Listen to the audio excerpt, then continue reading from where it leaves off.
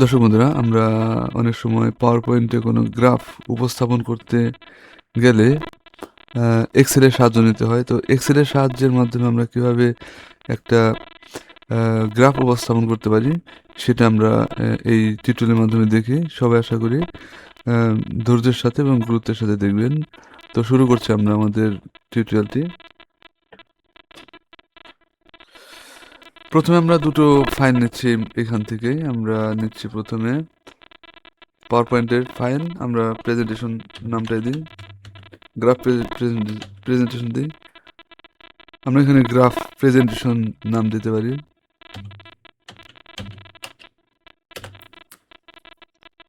আবার আমরা এখান থেকে মাইক্রোসফট এক্সেলে চলে যাই, আমরা গ্রাফ ওয়ার্কশিট লিখতে পারি।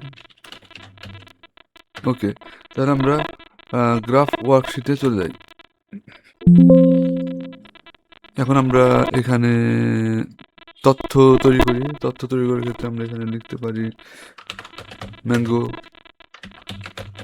Orange, Apple. এখানে আমরা তিনটে মান দিতে পারি। একটা মান হতে পারে 25, আরেকটা হতে পারে 60, আরেকটা হতে পারে 45। তাহলে এইটুকু তথ্যের উপর ভিত্তি করে আমরা একটা গ্রাফ তৈরি করব। তো এটা আমরা সিলেক্ট করলাম। জাস্ট কঠিন কিছু না, আমরা এক্সেলটা ওপেন করব, এই ঘরে এগুলো লিখে দিয়ে এটা সিলেক্ট করব। সিলেক্ট করে আমরা যথারীতি ইনসার্টে যাচ্ছি। ইনসার্ট থেকে আমরা আমাদের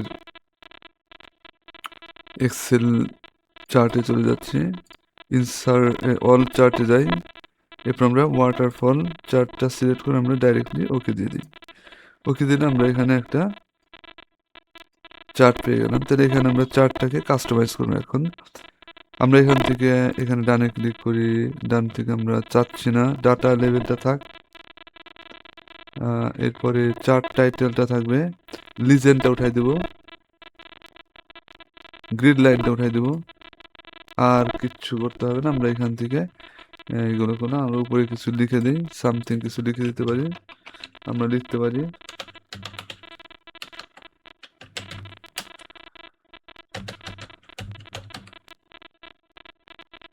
এটা লিখলাম। এরপরে আমরা এইভাবে আমরা এই গ্রাফের কাজটা শেষ করলাম। এখন আমরা তো কাজ করলাম এক্সেলে, তাহলে এটা আমরা কিভাবে পাওয়ার পয়েন্টে নেব লিঙ্ক করে সেটা আমরা এখন দেখব। আমরা সেভ দিয়ে দিলাম। এখন আমরা এটা ক্লোজ করে দিচ্ছি, ক্লোজ করে দিচ্ছি। এখন আমরা গ্রাফ প্রেজেন্টেশনে ক্লিক করছি। ক্লিক করলাম। ক্লিক করে আমরা এখানে আমরা গ্রাফটাকে জাস্ট আনবো, বা আমি এখানে লিখে দিচ্ছি। আমার প্রথম স্লাইডে সামথিং কিছু লেখা থাকে, আমরা এখানে লিখে দিচ্ছি ওয়েলকাম টু মাই প্রেজেন্টেশন। ওকে, আমরা দ্বিতীয় স্লাইডে চলে যাই। দ্বিতীয় স্লাইডে গিয়ে আমরা এখান থেকে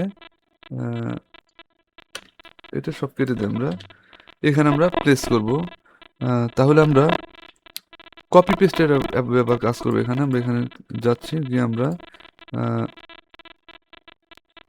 ইনসার্টে যাচ্ছি। ইনসার্ট থেকে আমরা চলে যাব অবজেক্টে। আমরা মূলত আমাদের যে এক্সেলে যে ফাইলটা আছে, ফাইলের ভিতরে যেই গ্রাফটা আছে সেই গ্রাফটা আমরা এখানে ইম্পোর্ট করব। সেই প্রসেসটা হলো ইনসার্টে যাচ্ছি। ইনসার্টে গিয়ে আমরা অবজেক্টে যাচ্ছি।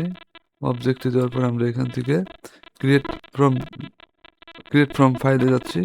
এরপর ব্রাউজে যাচ্ছি। ব্রাউজে যাওয়ার পরে আমরা গ্রাফ ওয়ার্কশিটটা সিলেক্ট করলাম। এরপর আমরা ওকে দিচ্ছি। ওকে দেওয়ার পর আমরা এখানে এটা যুক্ত করে ফেলেছি। আমরা লিঙ্ক করে দিই, লিঙ্কে ক্লিক করি। এখন আমরা ডাইরেক্টলি ওকে দিয়ে দিচ্ছি। চলে আসলো এখান থেকে পুরো গ্রাফটা। আবার আমরা আরেকভাবে এটা আনতে পারি। সেটা কীভাবে? আমরা ডাইরেক্টলি আমাদের এক্সেল ফাইল চলে যাই। এক্সেল ফাইল আমরা গিয়ে কি চাচ্ছি, আমরা যদি কপি করতে চাই আমাদের এক্সেল থেকে এই গ্রাফটা সিলেক্ট করব। পুরো গ্রাফটা সিলেক্ট করি। এরপর আমরা কপি করব, এখান থেকে হোমে যাচ্ছি, হোমে গিয়ে আমরা কপি করার পর আবার প্রেজেন্টেশনে যাচ্ছি। আমরা আমরা প্রেজেন্টেশনে আসলাম, এখানে আমরা ওইখান থেকে কপি করেছি, এখানে আমরা পেস্ট করে দেব। পেস্টে আসছি,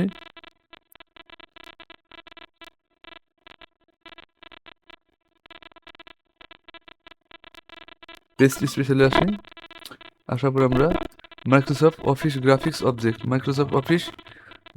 অবজেক্ট এই কথাটা সিলেক্ট করে, পিএনজি আছে, জেপিজি, জিপ আছে, আমি অন্য অন্য ফাইলগুলো আনতে পারবো। এখানে আমরা অফিস গ্রাফিক্স অবজেক্ট সিলেক্ট করে দিয়ে আমরা ওকে দিচ্ছি। ওকে দিলে এটা শো করছে। এখন এটা সিলেক্ট করে আমরা যদি এটাকে এডিট করতে চাই, তাহলে আমরা ডিজাইনে যাই, আবার আগের মতো এডিট ডাটা থেকে এডিট ডাটা ইন এক্সেল চলে যায়। এখান থেকে যদি আমরা চাই 60-এর থেকে আমরা 90 করবো, তাহলেও এটা চেঞ্জ হবে। এটা 90 দিলাম, 90 দেওয়ার পরে সেভ দিচ্ছি। এরপর আমরা আবার চলে যাই, এখানে আমরা দেখছি যে এটা পরিবর্তন হয়ে গেছে। তাহলে আমরা কিন্তু এভাবেও আমাদের প্রেজেন্টেশনের গ্রাফ প্রদর্শনের জন্য এক্সেলের সাহায্য নিতে পারি। সকলকে ধন্যবাদ জানিয়ে শেষ করছি।